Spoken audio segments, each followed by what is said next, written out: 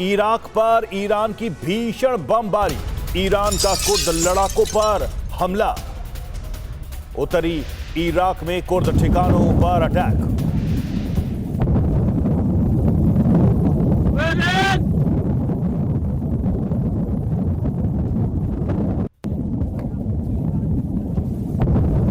तो इराक में कुर्द ठिकानों पर यह हमला किया गया है, ईरान की तरफ से यह बमबारी की गई है।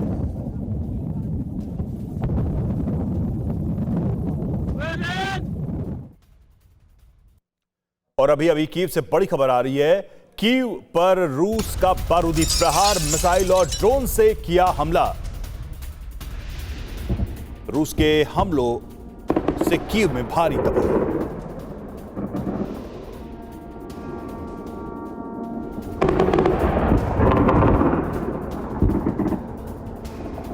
UEN Jaipur is a perfect target for prospective students aspiring for good jobs, good education with future-ready skills.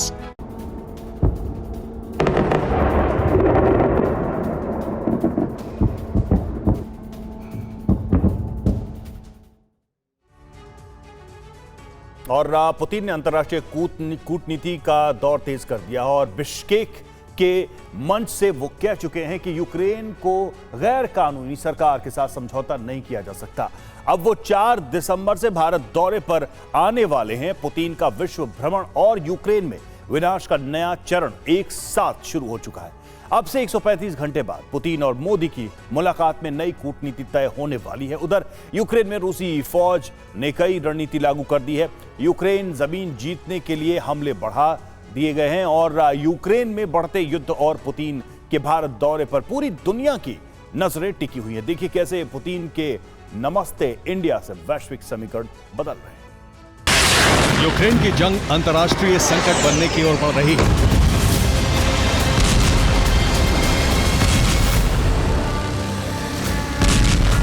और इस संकट पर अपना रुख भी पुतिन अंतर्राष्ट्रीय स्तर पर स्पष्ट कर रहे हैं।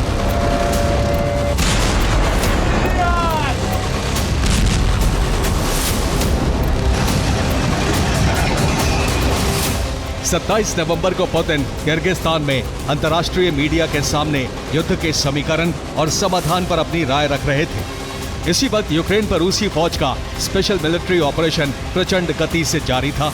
पुतिन ने बिश्केक से युद्ध के समाधान पर अपनी राय रखी और उधर फौज ने यूक्रेन की 128 वर्ग किलोमीटर धरती पर कब्जा कर लिया।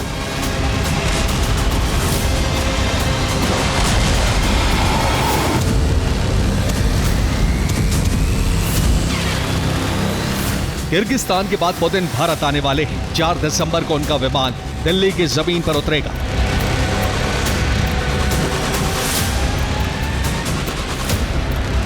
पुतिन कूटनीति और मैत्री के महामिशन पर हैं।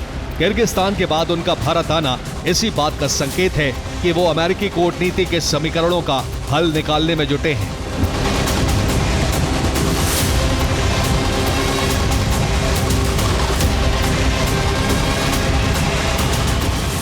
4-5 दिसंबर 2025 को पुतिन का भारत दौरा तय हो चुका है।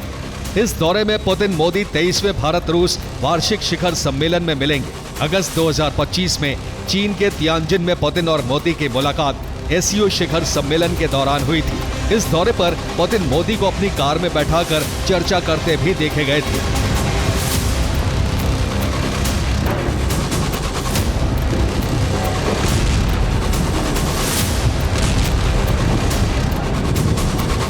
अगस्त की द्विपक्षीय वार्ता में मोदी पुतिन ने गहन बातचीत कर सहयोग बढ़ाने पर जोर दिया और यूक्रेन संकट के समाधान पर भी चर्चा हुई।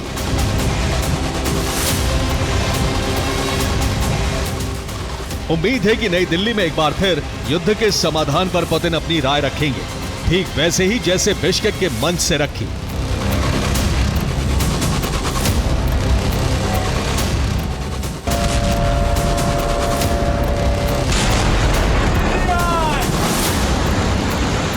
पुतिन के बयान से उनकी मंशा समझी जा सकती है। वो चाहते हैं कि रूस के युद्ध विराम से जुड़े फैसलों पर भारत चीन जैसी बड़ी शक्तियों की सहमति हो और इसी इरादे से वो भारत आने वाले हैं।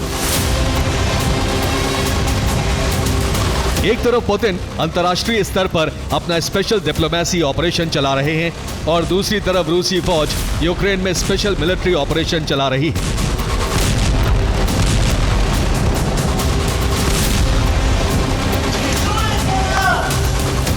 रूसी फौज ने 27-28 नवंबर को डोनेट्स्क, लुहांस्क और ज़ेपोरिज़िया के फ्रंट पर भीषण हमले किए।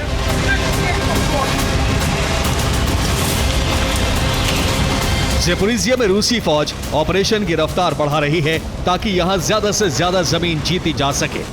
ज़ेपोरिज़िया में रूसी वायुसेना और आर्टिलरी ने बीती रात बड़े हमले किए हैं।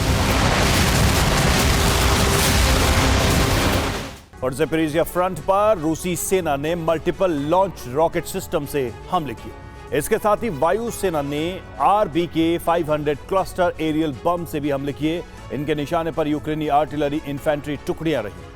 इन हमलों में यूक्रेन के 30 से ज्यादा आर्टिलरी सिस्टम तबाह हो गए। ज़ेपोरिज़िया के फ्रंट पर यूक्रेन के 122 जवान मारे जाने की रिपोर्ट है।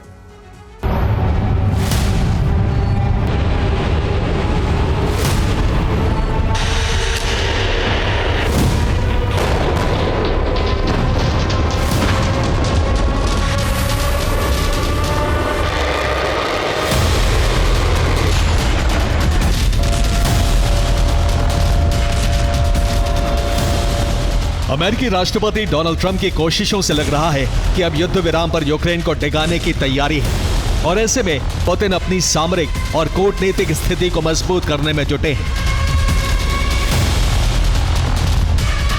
पुतिन के भारत दौरे पर पूरी दुनिया की नजरें लगी हैं, क्योंकि इस दौरे से पहले पुतिन ने जो कहा है उससे ये तो साफ है कि ये दौरा सिर्फ भारत रूस के रिश्तों तक ही सीमित नहीं रहने वाला, बल्कि यूक्रेन युद्ध की दिशा और दशा भी तय होने जा रही है।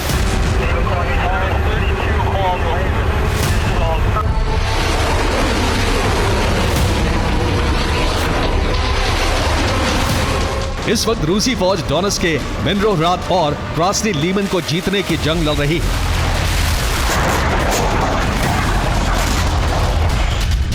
पुतिन ने कहा है कि जल्द ही क्रास्नी लीमन के फ्रंट लाइन का रूस तोड़ देगा। इससे यूक्रेन को जवान और जमीन दोनों गंवाने होंगे।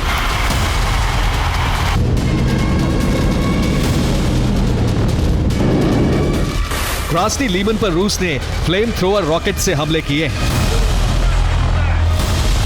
टोकरवस्क के करीब हरिशने कस्बे पर रूस ने क्लस्टर बम से हमले किए।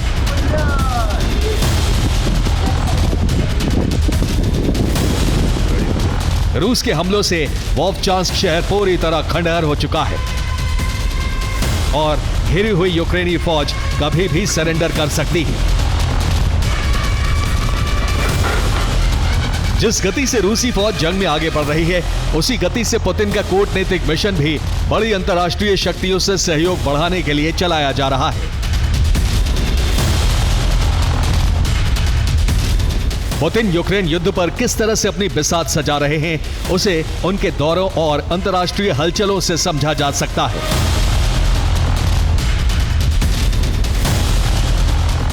छब्बीस 27 जून को पुतिन बेलारूस के दौरे पर यूरेशियन इकोनॉमिक समिट में शामिल हुए। इसके बाद 15 अगस्त को अलास्का के एंकरेज में अमेरिकी राष्ट्रपति डोनाल्ड ट्रंप से मिले। 31 अगस्त से 3 सितंबर तक चीन के तियानजिन में एससीओ शिखर सम्मेलन में रहे। 8 से 10 अक्टूबर को ताजिकिस्तान के दुशांबे में CIS समिट में हिस्सा लिया। 25 से 27 नवंबर तक किर्गिस्तान के बिश्केक में CSTO समिट में हिस्सा लिया। अब 4 से 5 दिसंबर को 23वें भारत रूस वार्षिक शिखर सम्मेलन में शामिल होने दिल्ली आ रहे हैं।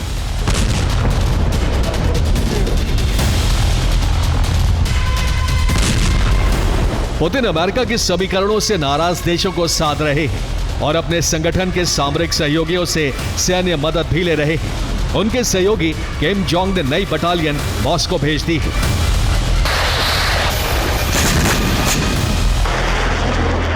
और किम जोंग ने स्पेशल ट्रेन से अपने जवान जंग लड़ने के लिए भेजे हैं। ये स्पेशल ट्रेन 27 नवंबर को मॉस्को पहुंची है। रिपोर्ट है कि इस ट्रेन से 2000 जवान भेजे गए हैं। किम जोंग ने खुद इन जवानों को विशेष निर्देश दिए हैं। कहा गया है कि जिंदा रहते हुए युद्ध में सरेंडर नहीं करना है। अगर यूक्रेनी फौज पकड़ ले तो ग्रेनेड बांधकर फिदायीन हमला कर देना।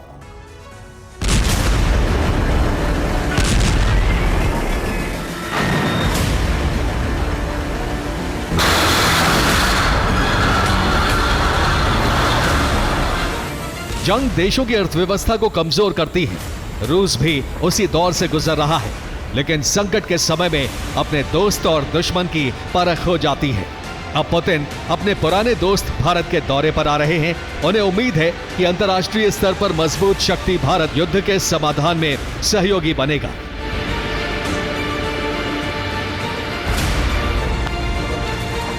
4-5 दिसंबर को होने वाली बैठक में सामरिक, कूटनीतिक और अंतर्राष्ट्रीय सहयोग पर विस्तार से चर्चा होने वाली है।